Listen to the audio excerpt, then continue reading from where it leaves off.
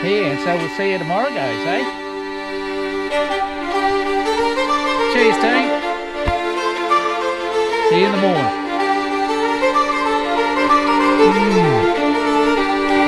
That's good.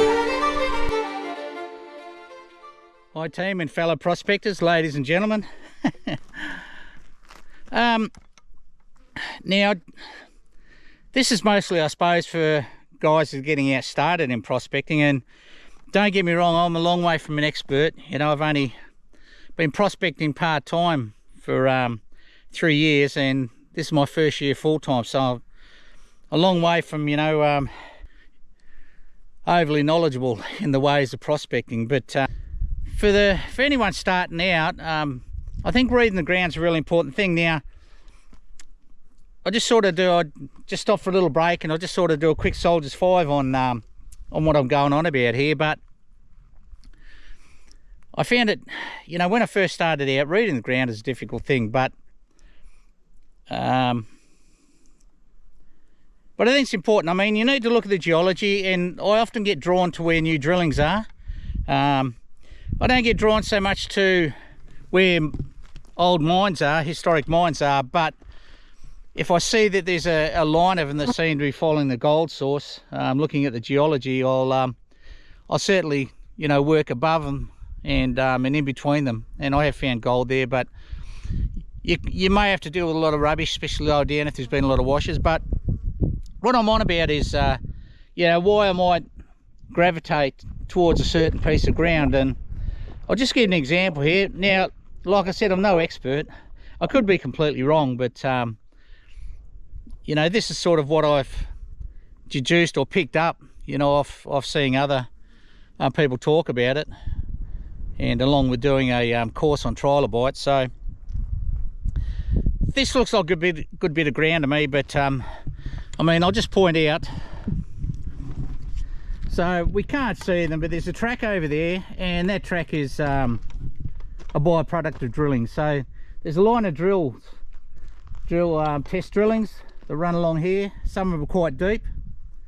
They're fairly recent, within the last couple of years, I'd say. And I can double check on trilobite, but I'm pretty sure when I looked, you know, they were around 21 or something like that, 2021.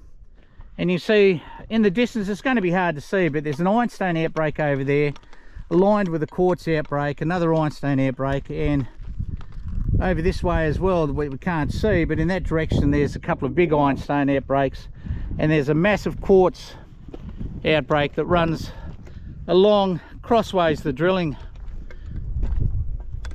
sample holes and swings over to there. And if I just move around a bit, you should be able to see that the quartz intensifies over there, and then it flows into a big mix of quartz and ironstone. So in my books, that's a good thing. Plus they're drilling here, so I think there's gold here. No evidence that there's been gold found here apart from the gold that I found. But I'll just see if I can find an example of a rock. I mean, if we have a look on the ground, there's a good mix of, you know, ironstones and quartzes and different types of rocks. And we know that digging here, that there's quite shallow bedrock. But I'll just see if I can't find a piece of quartz that I tend to. Is that an example? No, not really. I think the old fellas, you know, when they were digging, I think when they were, I'm not sure, but when they said they were looking for colour, I don't think they were looking for gold. A lot of people say, did get any colour, talking about gold, but I don't think that was the terminology in those days. I think when they were talking about colour was the colour in the quartz, or the change in the structure of the quartz. But you can see, you know, that's been attached to ironstone. There's another example here. This one's a little bit nicer. You can see where, you know, it looks like we've had a bit of ironstone, you know, flow through the quartz there.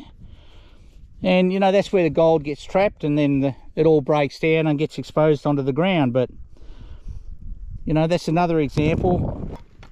You know, once I've done my homework and looked at the topology and my old mine sites, maybe even a bit of a look on 10 graph and that, to see how successful may have been, and that can be indicated by 40Es, you know, the number 40Es you see on that section. So you can see here there's also some shift, you know, sticking out of the ground. I suspect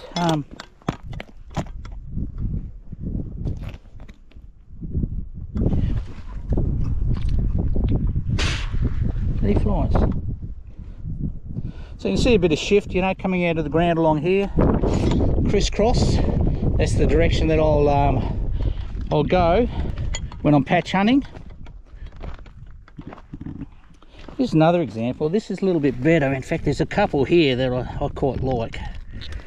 But you can see there, you know, and I think that's what they were, the old fellas, I think that's what they were saying when they were looking for colour. This sort of thing. I mean, look at the ironstone that's embedded in there, almost like it's just flowed in and mixed with it when they were, you know, when they were bloody kilometres underground where the gold was still molten, I suppose. Hopefully you get the general gist. Here's another thing I like to see. Look, we see some colouring in the quartz. You know, we've got that beautiful sort of pinky mauve colouring in the quartz. You know, whether that's irrelevant or not, I'm not sure, but I just know for a fact that, you know, where I have found gold, I tend to see quite a bit of that. You know, here's another bit of ironstone there, break there, and you can see the mix of ironstone and quartz is starting to, you know, dense you up a bit. But rightly or wrongly, and I'm no expert, guys, but for the beginners, or the people are getting out, they're getting started and they're thinking a little bit about, you know, what sort of ground should I be considering, because I know these stories, you can read the topology and look where drill holes are and mine sites are and walk on top of gold, but it's not my experience, and certainly not the experience of my friend that's, you know, been a full-time prospector for almost 10 years now.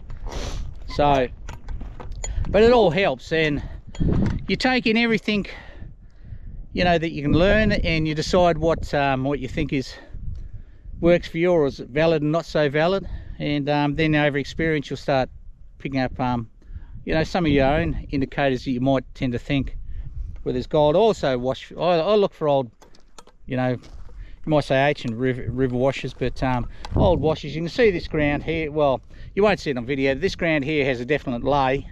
You know, it might only be 1 metre in every 100 or 150 metres, 200 metres, but it's still a lay, and that's, you know, that's a wash where the water will wash down over here and probably distribute the gold if it is broken down.